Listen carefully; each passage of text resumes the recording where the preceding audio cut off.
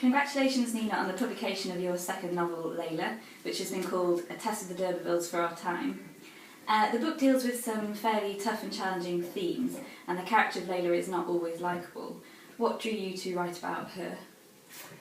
I think it's always... I really like writing about challenging issues. I like to challenge the reader, and I like to challenge myself when I write.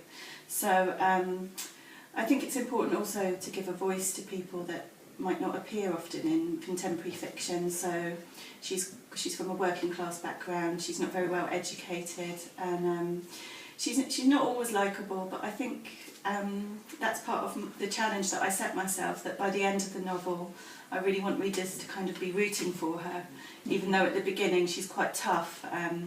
But of course she's not as tough as she appears, and the reader learns this as the story goes on. So, yeah. And yet the narrative voice in Layla is really compelling. What made you decide to write the novel in the second person? It's really funny because when writers say that things just happen organically and naturally, you will think, really? But it just seemed the right voice for her. So she's a lap dancer, she's a young mother that's parted from her son. She's not comfortable in her skin. So I felt like she was kind of alienated from her inner self, and it just seemed the right voice to reflect that feeling of alienation. And I like writing in a kind of experimental way, so I was drawn to the voice. And I should say I was really influenced by Bright Lights Big City, which is about, similarly, is written in a second person narrative, and it's also about someone who's not comfortable in their skin and who's alienated from their self, from their community. But I have to say Layla is, she's a very different social strata, she's a very different character. But yeah, so I was really influenced by that, and it just seemed right, it just seemed natural, that she would be trying to G herself up and talk to herself.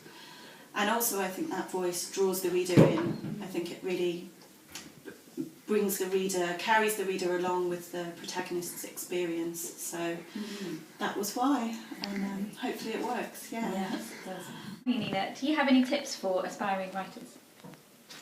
Yeah, I think there's so many tips around, aren't there? And I think what's worked for me is to kind of take on the ones that mean something to you and kind of just let the other ones be filtered out, because I think finding your own voice and finding your own way is really important, and that's what I've tried to do, to try and kind of stand out from the crowd, really, because there's so much new writing about.